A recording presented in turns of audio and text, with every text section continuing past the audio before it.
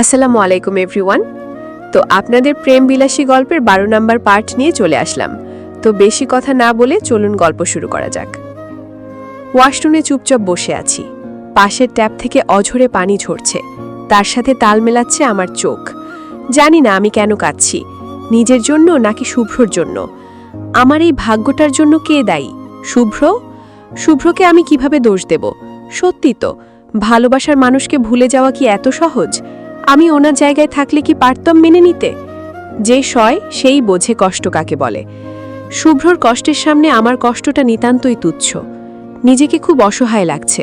মনে হচ্ছে যদি কোনোভাবে শুভ্রর কষ্টগুলো ধুয়ে মুছে দিতে পারতাম, কিন্তু আমি হেল্পলেস। আমারও আজ খুব করে মনে হচ্ছে, নীলিমা আপু, ফিরে আসো, তুমি একবার ফিরে আসো। তোমার শুভ্রকে আমি তোমার কাছেই ফিরিয়ে দেব। আমি ওনার হাসিটাকে পেতে চাই। ওনাকে না পেলেও আমার চলবে। কান্না ভেজা শুভ্রকে আমি আর নিতে পারছি না। প্লিজ ফিরে আসো। তুমি তো সব সময় বলতে আমার কোনো কথাই তুমি ফেলতে পারো না। দেখো, তুমি মিথ্যে বলতে, আমাকে সব সময় মিথ্যে বলতে। হঠাৎ ওনার গলার আওয়াজ পেয়ে উঠে দাঁড়ালাম। আমাকে ডাকছেন। মুখে চোখে পানি দিয়ে বেরিয়ে আসতেই দেখি উনি ওয়াশরুমের ঠিক সামনে দাঁড়িয়ে আছেন। চোখগুলো লাল হয়ে আছে, মুখটাও মলিন, হয়তো কেঁদেছেন। আমাকে দেখেই বলে উঠলেন, তুমি ঠিক আছো? মাথা নেড়ে, কেন? না, তোমার চোখ মুখ ফুলে আছে যে, তাই বললাম। এমনি ঘুমিয়ে পড়েছিলাম, তাই হয়তো। ওহ। ওনার ওহ কথাটা আমার বুকে গিয়ে লাগলো। অন্য সময় হলে হয়তো এখন আমাকে ইচ্ছে মতো বকে দিতেন, কিন্তু আজ শুধু একটা ওহ। নীলিমা আপুকে খুব মিস করছেন, তাই না? টলমলে চোখে। আমার কথাটা শুনেই উনি উল্টো দিক ফিরে ব্যালকনির দিকে পা বাড়ালেন। হয়তো চোখের জল লুকোনোর চেষ্টায় আছেন। আমিও মিস করছি খুব। কথাটা শুনেই উনি ফিরে তাকালেন। চোখে ভার হয়ে থাকা অশ্রুগুলো নেমে গেল গাল বেয়ে। আমার চোখেও জল। উনি ধীরে ধীরে বিছানায় গিয়ে বসলেন। মাথা নিচু করে 2 হাত দিয়ে মুখ চেপে রেখেছেন। শরীর হালকা কেঁপে কেঁপে উঠছে। বুঝতে পারছি কাঁদছেন। মাঝে মাঝে অবাক হই, কাউকে এতটাও ভালোবাসা যায়। আমার বুকটা ক্ষতবিক্ষত হয়ে যাচ্ছে ক্রমাগত। নিজের স্বামীকে এভাবে কাঁদতে দেখলে নিজেকে যে কতটা অসহায় বলে মনে হয়, সেটা কাউকে বোঝানোর ক্ষমতা আমার নেই। সাহস নিয়ে ওনার পাশে গিয়ে দাঁড়ালাম। কাঁপা কাঁপা হাতে ওনার কাঁধে হাত রাখতেই বাচ্চাদের মতো কাঁদতে লাগলেন। হয়তো আমার হাতের ছোঁয়ায় ভরসা খুঁজে পেয়েছেন। আমি হাত রাখতেই উনি ভাঙা ভাঙা কণ্ঠে বলে উঠলেন, ভীষণ কষ্ট হচ্ছে রোদ। আমার সাথেই কেন হলো এমন, বলতে পারো? আমি আজ সবার কাছে অপরাধী। আমার দিকে আঙুল তুলে দাঁড়িয়ে আছে। বাবার কাছে আমি অপরাধী, তোমার কাছে অপরাধী, সাব্বির, রোহান, ওদের কাছেও আমি অপরাধী। ওদের ধারণা আমি আমার জেদ আঁকড়ে ধরে আছি। এটা আমার জেদ নয় রোদ, বিশ্বাস করো। সবাই আমাকে দোষী করে নিশ্চিতে নিঃশ্বাস নিচ্ছে, কিন্তু আমার যে দম বন্ধ হয়ে আসছে। আমি ছেলে বলে আমার কষ্টগুলোর কোনো মূল্যই নেই। আমি কাকে দোষী বলবো, কাকে বলবো হ্যাঁ তুমিই অপরাধী? বলতে পারো? প্রতিটি নিঃশ্বাস যেন বুকে কাটার মতো বিঁধছে। আমি বাঁচতে পারছি না রোদ, আর পারছি না। ওনার কথার প্রতি উত্তরে কিছু বলার ভাষাই খুঁজে পাচ্ছি না, শুধু কেঁদেই যাচ্ছি। জানি না কি মনে করে হঠাৎই ওনাকে জড়িয়ে ধরলাম, খুব শক্ত করে। হয়তো উনি ছুঁড়ে ফেলে দেবেন আমায়, তাতে কি? তবু যেন ওনার সাথে মিশে গিয়ে ওনার কষ্টগুলোকে ধুমড়ে মুচড়ে দিতে ইচ্ছে করছে। কিন্তু উনি তেমন কিছুই করলেন না।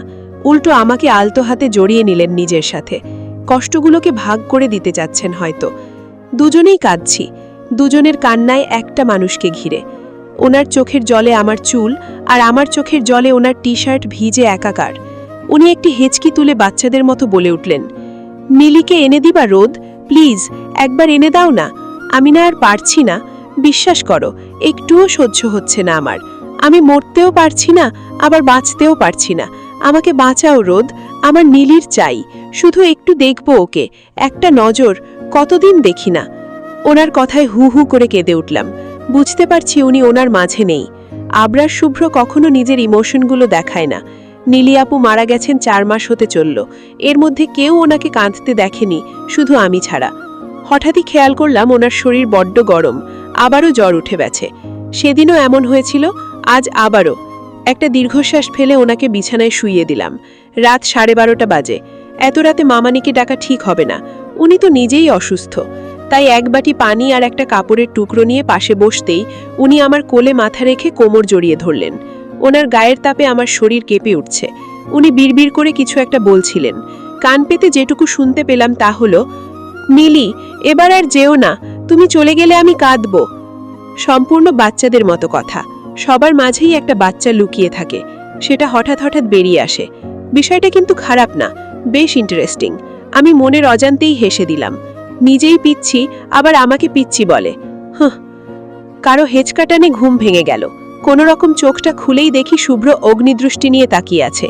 আমি কিছু বুঝে ওঠার আগেই বলে উঠলেন, হোয়াট দ্য হেল রোদ, তোমাকে না বলছি আমার থেকে দূরে থাকবে, তবু এভাবে আমার কলিজার উপর শুয়ে আছো কেন? ওনার কথায় ব্যাপক রাগ লাগছে। আরে ব্যাটা বলে কি, আমি ওনার কলিজার উপর শুয়েছিলাম নাকি উনি আমার কলিজার উপর শুয়েছিলেন? এত দেখি চোরের মায়ের বড় গলা। আমি না আপনি শুয়েছিলেন, তাও আবার আমার কলিজার উপর। বাজে কথা বলবে না, আমি বোকা নই। পড়াশোনা বাদ দিয়ে শুধু বাজে চিন্তা। হোয়াট? আমি বাজে চিন্তা করছি? আর আপনি যে কাল রাতে কি? হ্যাঁ, পড়া কমপ্লিট করছো তুমি? ফাজিল মাইয়া, পড়াশোনা বাদ দিয়ে শুধু মাখামাখি করার চেষ্টা। ওনার কথা শুনে মনে হচ্ছে ওনার সবগুলো চুল টেনে টেনে ছিঁড়ি। সারাটা রাত নায়িকা শাবানার মতো সেবা করার পর সকালবেলা ব্যাটা নায়ক উমর সানির মতো স্মৃতিশক্তিই হারিয়ে ফেলছে। কেমনটা লাগে? ফাজিল পোলা, এত কষ্ট করে কেন করলাম সেবা? ওয়াই? আগে জানলে ব্যাটাকে এমনি ফেলে রাখতাম, মোড়ে ভূত হয়ে নীলিয়াপুর সাথে লা লা লা লা লা করে ঘুরে বেড়াতি, সেটাই বেস্ট হতো। আচ্ছা, এই পানি ভর্তি বাটি এখানে কেন? ভ্রু কুচকে, ওখানে ডুবে মরবো তাই, মুখ ভেঙিয়ে। কথাটা বলেই ওয়াশরুমে চলে গেলাম। এই অসহ্যকর লোকটার সামনে বসে থাকার কোনো মানেই হয় না। ডাইনিং রুমে বসে আছি, সবাই খাবার নিয়ে ব্যস্ত, আর আমি হা করে তাকিয়ে থাকতে ব্যস্ত। খাবারের প্রতি আমার ইন্টারেস্ট আপাতত জিরো। আমার সামনে শুভ্র বসে আছে। ছেলেরা যে কতটা সুন্দর হতে পারে তার প্রমাণ দিতেই হয়তো ওনাকে এতটা সুন্দর লাগছে। উফ, ব্ল্যাক ড্রেস আপে এত ড্যাশিং লাগছে, ইচ্ছে হচ্ছে জুস বানিয়ে খেয়ে নিই। হঠাৎই উনি বলে উঠলেন, মুখটা অফ করে খাবারের দিকে মনোযোগ দাও। কত বড় অপমান! ছি, মামু মামানি তো আছেই, আরিফ চাচা পর্যন্ত মুখ চেপে হাসছে।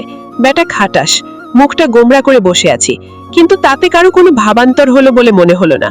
সবাই সেই আগের মতোই হেসে চলেছে। উনি আবারও বলে উঠলেন, আমার আজ ইম্পর্টেন্ট মিটিং আছে, সো আজ আমি তোমাকে ড্রপ করতে পারবো না। ড্রাইভার চাচাকে বলে রাখছি, উনি তোমাকে পৌঁছে দিবে।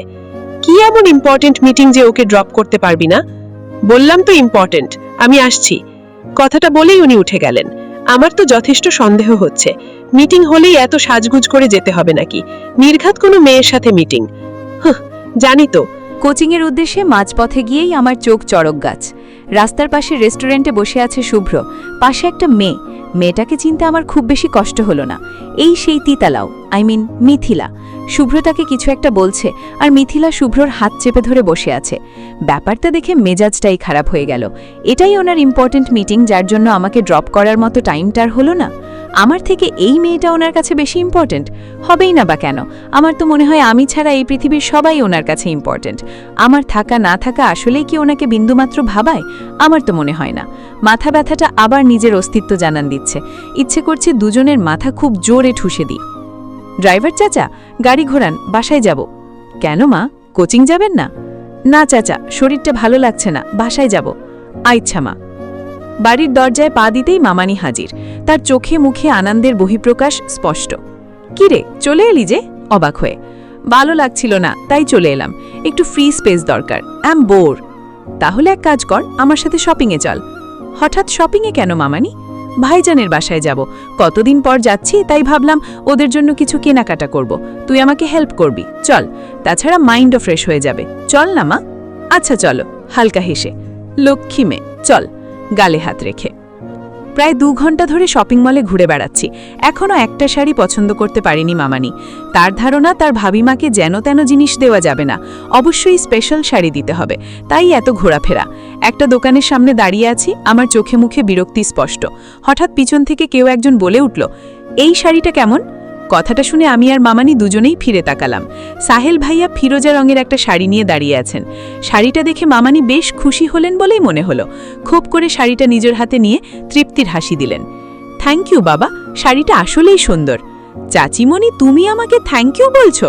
মুখ গোমরা করে। তুমি কে, আমায় চেনো? কনফিউজড হয়ে। দেখছো চিনতে পারোনি? আমি সাহেল, মন খারাপ করে। সাহেল? আরে তুই তো তালগাছের মতো লম্বা হয়ে গেছিস। শুধু লম্বা? ভাব নিয়ে হ্যান্ডসামও হয়েছিস। ওনাদের কথা শুনে আমি হেসে দিলাম।